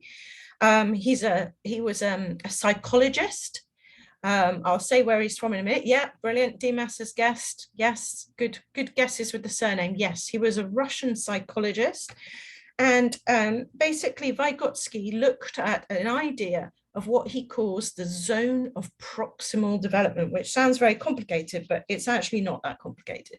So what is it? So we have an area, if we look at this blue shape as our learning, and we imagine the outside is the start of our journey. And so we're moving inwards. So the opposite direction from the previous slide. So when we have something new in our lives, we usually start that we can't do it. And if you think as a baby cannot feed itself. It's going to need some help or to be fed. Okay, then we move to a phase of learning where we can do something with help. So as a baby gets bigger, a baby may be able to point to a bottle of milk, maybe hold the bottle of milk, and with help from mum or dad or a carer, put the bottle in their mouth and drink. And this means that they've moved to the next stage. They're not helpless anymore, but they need some assistance, because if you don't help them, it's going to be a bit difficult. Now, we're trying to get to this place, which is where you can do something completely by yourself. So that's when you've got an older child who's going to the cupboard, opening the cupboard, taking out a glass, pouring some milk in, drinking, and they didn't even ask you for a drink because they can do it all by themselves. In the classroom, this is what we want to do. We want them to do those conditionals all by themselves. And what Vygotsky talks about is this area, the ZPD. Now for him, this zone is the perfect area where a lot of learning occurs. So it is where we can always learn if we have somebody who is an expert. In this case, many of you are master practitioners in English. We're expert language teachers. We add the help and we push the students towards their autonomy and doing things by themselves. And in this zone, this is the zone where the most learning occurs, where students are most engaged and where we're going to really include people. Now, what we need to remember, though, is in our classroom, this blue circle is going to be different for different learners. So some students are going to arrive at this point much more quickly than others. And some people will need longer on this stage of what they're going to have with help. Okay, so how can we help? How can we be inclusive? I've just got that arrow there also to show you the direction of travel. So let's go back to our idea of equity, not equality. And in the picture, you can see a house, and this house is being built. It's very difficult to build a house without using this. And I'll type it in the chat box. This is called scaffolding. It's not a high frequency word, so you might not know it, but scaffolding is a word that we can use in language teaching to mean support. And what we want to know is what can we put in here in terms of practice to think about what the best support for our students could be to help them. Okay, and what can we do? So have a look at this slide. We've got some different choices of ways of scaffolding. If we start in the corner with our green block, we can scaffold by giving students a lot of extra models, a lot of extra support. So we're doing those conditionals and we just give them loads and loads of examples. We can use people, so we can use their friends, their classmates, their peers, and we can use ourselves as a teacher. Another thing that we can do to scaffold is we can use dual coding. Now, at the end of the webinar, I've got a link. It's a link to something brilliant called the Noun Project. The Noun Project is where you can find loads of visuals and icons. So dual coding means using two ways of coding. We use words and pictures. Words and pictures together can really help students. We're going to look at this next together, so I'm not going to explain it too much. We can vary the pace. Obviously, some students need us to go really slowly. And sometimes it's worth asking students, if we're doing something online, we can just say, you know, shall I repeat this? Shall I slow down? Shall we move on? What do you think? Are you ready? And we have to check for understanding. We can scaffold at the top end by giving extra stretch tasks, more tricky tasks for learners, and giving them additional choices. We can also use toolkits. So this could be physical resources. Maybe, for example, when I teach conditionals, I like to use bar models. So Singapore bar modeling method, use Cuisenaire rods. So I physically use some blocks to help them see the different parts of the sentence. Or maybe I'm giving them a worksheet, and in the worksheet, I've got a little help box, which is, why don't you use this grammar point? Or here's some vocabulary, or here's a translation of some of the tricky words. So we could use any of these methods to scaffold. And I'd like to think about, I'm going to go through this quickly because Susie talked about it, but obviously grouping. There was a mention about breakout rooms. One thing I would say in terms of being inclusive and scaffolding is, do not assign your breakout rooms automatically. Think about who is in which room. Do you need to put the weaker students in one room so you can go and offer extra support? Do you need to put one strong student in each room? So think about what the support looks like. If you're in a physical classroom, we looked at layout with Susie, think about you as the teacher, you're the marble. Where do you stand? If you're here, you can support quite a lot of groups. If you're over here, you can see the whole room, but you might not be offering the same support. And I'm sure you all know this, many of you are very experienced teachers. Thinking again about how we model, a popular model in the UK is called the gradual release model. This was actually developed in 1983 by Pearson and Gallagher. And this is thinking about, it's called the I, we, you. So in this first model, you as a teacher, so this is you, the marble, you provide a model. So we're looking at conditionals. We give an example of our first conditional sentence. So if it rains, I'll take an umbrella. We move on to the we stage, where we as a class come up with lots of extra models. So together with the teacher checking, we might write lots of models that the class can come up with together. And we put them on the board. So these are all our students, the teacher and the student. We then move to you, I, we, you stage. This is you, but this is the plural you. Unfortunately, in English, we've only got one word for you. We have the you singular and you plural. This is the plural one. And this is where peers are supporting each other. They're trying to help one another in terms of giving each other some support. So they might come up with some further examples or try to do an activity together. And then finally, we move to that you stage where it's you by yourself, the independent practice. And this is going back to Vygotsky again, where we're trying to move to the I can do it by myself. So if people talk about doing the I, we, you model, this is a very good model for teaching new vocabulary, new grammar, new expressions. You give the examples, you do it together, they do it in groups, then they move to doing it by themselves. And this is a way of being more inclusive and trying to help and support everybody. Okay, thinking about anticipating problems when planning. So here are some of the students in my class. I know them very well, and I'm going to think, I'm about to teach a lesson. What do I need to know? I might write this down or I might think, oh, maybe Naeem didn't do the homework.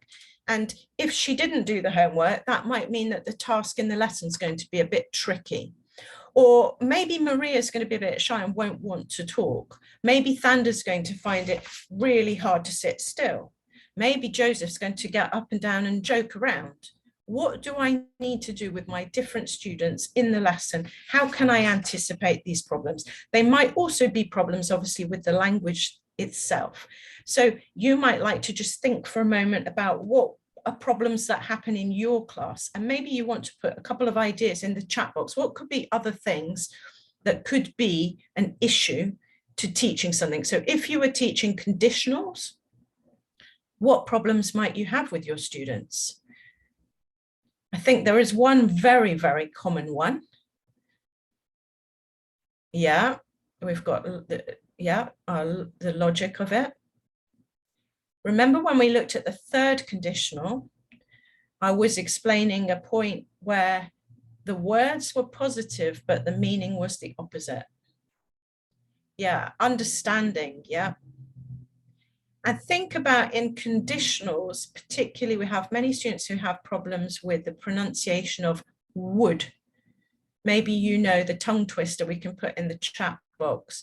How much would a woodchuck chuck if a woodchuck could chuck wood? We can use something like this to help practice. Understanding context, all different things. Yes, so these are some good ideas that are coming up. So we can predict our problems. So let's think, if we're predicting problems, we want to include some flexibility to be inclusive in our lesson plan. So please have a look at this. This is a plan. We're going back to our topic of school, and we're going to do a listening about school. And we're thinking about the first steps before we get to that listening. Now, we have got 3 places on this lesson plan where there is additional flexibility. So please look at this plan and think if you can see where these flexible areas, the flex stages are.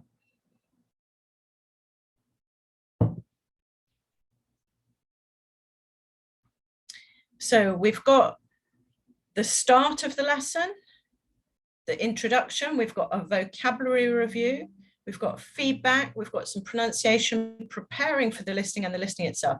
And hopefully you're seeing an obvious flexi stage is this, pronunciation. So if the pronunciation is good, I don't want this step. I'm going to just take it away. I don't need that in my lesson at all. And I've also got another step here. When we're looking at words and phrases, I've got 2 groups. One of my groups are going to get a translation, and one of my groups are going to get some pictures to support them because they're at different stages of their learning. And when we come to doing the listening, although the recording is going to be the same, one group will have a gap fill and one group will have true false questions because this task is a little bit more difficult. So I'm thinking now of moving my flexibility into differentiating. So I'm going to show you an example of this right now. We're going to look at a graded task. And I have a job for you, but first you need the context. So I'm sure that from where you're from, you're familiar with this. We've got the Chinese zodiac. I'm a double ox because in the UK, in the Western zodiac, I'm a Taurus, and I'm also the year of a bull, so very stubborn, the ox here. So if you're trying to work out my age, I'm going to be 50 next month. So I'm in the 1973 bracket of the ox. Find yourself, think about yourself, and think about, do you know the story of these animals? And I'm sure many of you do. What I'm going to do is ask you to do a task. I'm going to dictate a short text, and I would like you to note down 3 key words. You don't need to write them in the chat, but you can if you want. You can write them on a piece of paper. Literally just listen to the dictation and you're going to write 3 keywords. So here's the dictation. And if I'm doing this with my students with a bit more time, I'm going to read it twice, but unfortunately you're just going to get to hear it once. So here's the dictation. Origin and culture of Chinese zodiac. It's a mystery which country created the zodiac first. According to the historical literature, the 12 animals in China used today included the animal selection, and their orders were originated in the Han Dynasty, 2002 BC to 220 AD. The order of the animals is explained with a folktale about how the animals were summoned by the Jade Emperor who ruled the heavens of China. Legend said the emperor held a race and asked all the animals to participate. The first 2 could be given a place in the calendar. Although the rat is small, it won the first place by riding on the ox's back. The pig got the last one because of stopping to eat. So that's my dictation. If I'm reading it to students, I'm going to read it at least twice, maybe 3 times. And hopefully you've got some key words. You're welcome to put those keywords in the chat.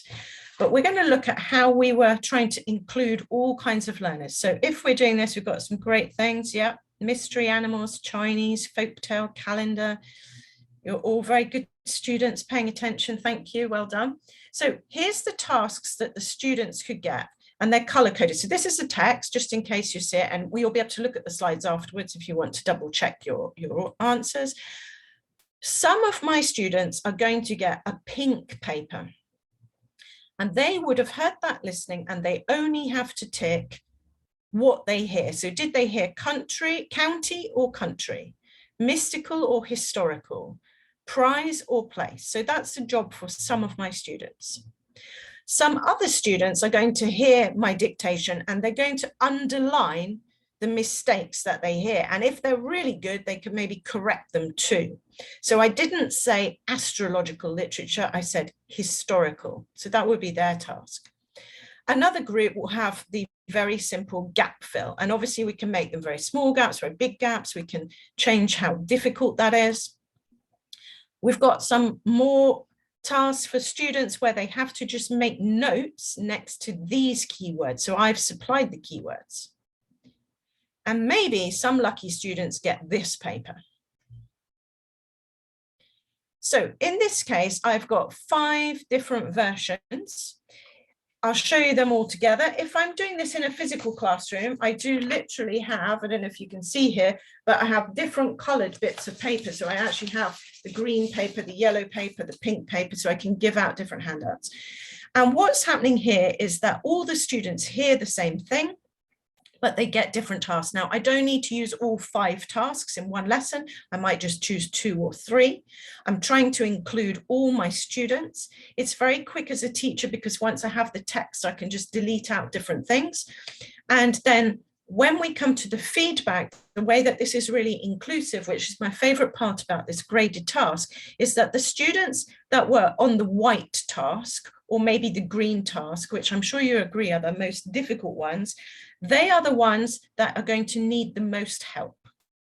And where will they get that help? They're going to get that help from, for example, the students that had the blue task, who maybe are my weaker students, but now they've got more information and they're going to be able to help more when it comes to doing feedback. So I know this is a lot of information for you to digest. I'm very mindful of time.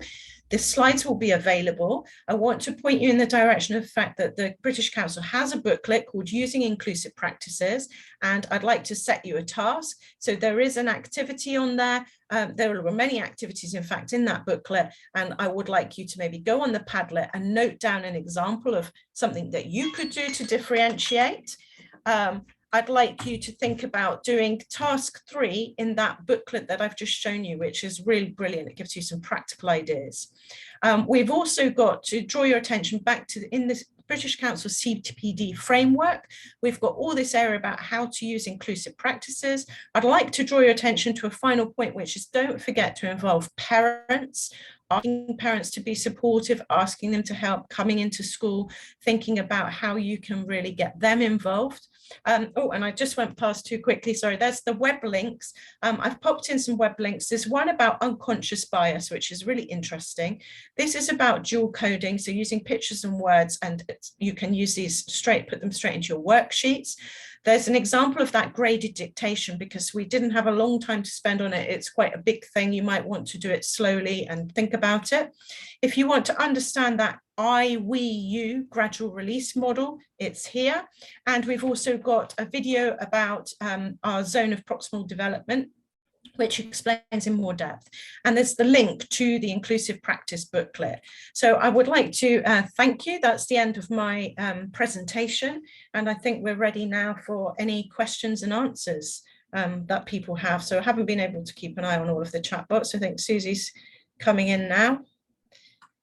Thank you, Anna. Yeah, that was great. Thank you so much. Really interesting, and lots of interest around differentiation. Yeah. So obviously you talked us through the Zodiac example. One of the questions is, how do we apply differentiated learning into an online classroom? Yeah, the same thing. So for example, that very task I've just shown you, I have actually done it online as well. And you mentioned, I think in your seminar, this is by sending people to different using a Google Drive and having different documents. So you do need to be organized as a teacher, because you need to have different links, but you divide your class into groups. Also for students, sometimes when I do a graded dictation, I'm not going to say, well, you're not very good at English, so you get the easy task. I might sometimes just say, you know, are you feeling very energetic? Are you enthusiastic? Do you feel a bit tired today? And look at who I can give those different tasks to. But yeah, we can use online, we can use a Google Drive, we can set different tasks. We also talked, I think, in the first webinars about planning about flipped learning. And that can also be sending students to slightly different things. But I think one thing to be really mindful of is that this does create extra work for a teacher. It's not possible to meet everybody's needs all the time. I think you need to be mindful to be inclusive, just to try to meet most people's needs most of the time, and use your register. So where you've got your register and you've got your students' names, maybe note down, you know, did I ask a particular student? Did I correct a particular student? Try and focus on a small group each time and change who those students are, so that you've got different, you know, different people that you're looking at, because it really isn't realistic. If you've got 30, 40 people to try and give out 10 different handouts, you'd be up planning all night. I think once you've done one of these once, though, it is worth the time investment, because I find it very quick now just to take a text and to type it up. And also a quick hack for people, that if you're slow at typing like I am, if you open a Word document now, there is usually the option to dictate. And I can speak a lot quicker than I write. So if you dictate, it will type up the whole thing. You can go back and correct it, and then put in your gaps. You're just making copies of the same document, but taking out the gap fills the easiest one. You can take out 1 or 2 words for some students and many more words or longer phrases for others. When you've got used to doing that, maybe then try something a little bit more difficult. Yeah. On the subject of difficulty, I just saw that there's a question just come into the chat about the difficulties that students have using authentic material in listening, which is obviously really important, because we want to expose them to natural language. But if the learners only have very, very basic English, what can we do to help and support them? I think it's always about adapting the task. So for example, in my dictation, that dictation is always going to stay the same, but for some people they have an easier task or a more difficult task, depending how ready they are. If you're listening to an authentic recording, maybe some students, it's going to be something very simple. So it might be listening, is it a man or a woman? Are they happy? Are they sad?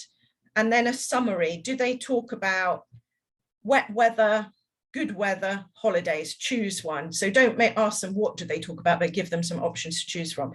Then other students are going to have something a little bit more difficult. So they might have a multiple choice. Do they talk about 1, 2, 3? And maybe you put an extra thing that seems similar but isn't the right answer. So again, I think it's about just adapting a task, not adapting the material. You can't, I think, especially with a listening, it's very difficult unless you're really good with IT skills, and slowing down recordings doesn't help students in the long run with becoming better listeners. It's very artificial. And yes, people can speak more slowly and they can use gestures, but I think that's another thing that maybe you as a teacher can, rather than slowing a recording, pause a recording, break it up into smaller bits, play the first section, talk about it, get some understanding. Make sure the context is really clear. Very frequently when students are having difficulty with listening material, it's because they don't understand the context. I remember a long time ago doing a listening which was about Turkey, and none of my students had been to Turkey. They didn't know anything about Turkey, and they really struggled with it, and I wasn't very experienced at the time. And obviously afterwards, looking back, I was like, why didn't you show some photos of Turkey? Why didn't you have a video of Turkey? Why didn't you set the scene? Everybody would have got it. I didn't set it up well. They struggled. Yeah, to back up what Anna said, I definitely think that spending time before they get anywhere near the listening is really important. So supporting them with pictures, eliciting what they already know, making sure that you're covering some of the really key vocabulary. There's arguments about, oh, you know, do I cover the vocabulary before they listen or after they listen? You know your learners best, and there may be sort of 2 or 3 words that they really need to know before they can understand the listening, and then you'll go back and maybe have a look at some more words after they've listened. But on teacher training programs on CELTA, we definitely talk about grading the task, not the text, so that they get access to the same thing. But we also talk about the difference between linguistic tasks and non-linguistic tasks. So tasks that require the learners to use language. So things like gap fill, where the students have to physically write something in, that's going to be a bit more challenging than you've got a multiple choice answer. You're listening and writing. Circle. Yeah, listening and writing is really quite challenging, isn't it? And think about different things as well, like, you know, things like following a map, or, you know, drawing a picture. So it doesn't always have to be a written task. It can be something maybe a little bit more unusual. But again, as Anna said, you know, inclusion and differentiation does create more work for the teacher. And whilst we do have a responsibility to offer everybody the same opportunities, you can't be all things to all people all the time. So, you know, do give yourself a break. I think another thing is lower expectations. People continue to think that everyone should understand everything all the time. You know, I've been speaking Italian for 30 years. I go to Italy. I do understand most things, but there's always something I don't understand. But it doesn't mean I have to stop and get my dictionary out and interrupt everything. I think people need to be happy with understanding less. And because when you relax, you then ironically understand more. I think we need to pass on. I'm not sure if there's anything in the Q&A box. Is there any questions in the Q&A? No, but people are very, very interested in differentiation. Okay, I'm sorry, I was just checking because I think somebody had just popped to have a look at that. Yeah, so I think differentiate. And Nikki, did you want? I see Nikki's coming in. Did you want to say something? Hello. No, nothing to add on the session. Only just to say thank you very much. Extremely interesting, both of the sessions that we've been able to enjoy today. It's very nice to see so many questions, so many comments from the participants as well. I think we're almost about to wrap up now. I would just like to mention once again that we do have our live community of practice, our Padlet page, that we would really, really like to have some interaction from participants who are attending these webinars. If you are watching them recorded, so you're not joining us live, but you're watching them recorded, the Padlet will still be open, and we would really, really like to see you there. So if you would just allow me for one moment, I'll just share my screen one more time. You'll have the link to the Padlet in the chat box. And here, this is what our Padlet looks like. So this is the 21st Century English Teacher Express. This is a whistle-stop tour. So this is like a train moving around the stations of English language teaching. So here we have various different columns. It's very, very straightforward to use. If you don't already use Padlet or you're not familiar, this is a nice opportunity to become a little bit more familiar with this digital tool. So here, for example, we have our section, Our Passengers. You'll have a short intro from most of the trainers who are working on this series, but please also tell us about yourself. We do already have one person from Libya who's put a comment there introducing themselves. So please do introduce yourself. In each of the different stations, we have the tasks. We have an opportunity for you to provide any feedback, and also if there are any videos that have been mentioned. So for example, in Susie's session on classroom management, we have the videos, the authentic videos there that were referenced. So please do join us, like the posts, comment on the posts. It's a great opportunity for peer interaction as well, and building a network of international teachers around the ASEAN area and hopefully further around the world. So I will just stop sharing now, just to say again, thank you very much to fantastic trainers, British Council for hosting, and also to our our interlocutors from the English Academy. It's been a real pleasure. Thank you very much. Thank you very much. I've enjoyed working with everyone as well. So look forward to seeing your comments on the Padlet. Okay, thank you very much, Nikki. And once again, thank you very much, Anna, for delivering such an amazing presentation. And I also like to thank all the panelists and to all the participants as well. Thank you for joining and participating today. And as a reminder to our lovely participants, your certificate will be available after you submit your feedback, and the certificate is editable. So you will be available, they will be available absolutely after you submit your feedback. And so don't forget to join the next webinar sessions, which will be held on the 1st of March. Of course, it's going to be about developing critical thinking skills, and you might be you might register using the link, of course. And don't forget again to submit your feedback and download your e-certificate as well. Thank you very much, and see you again next time.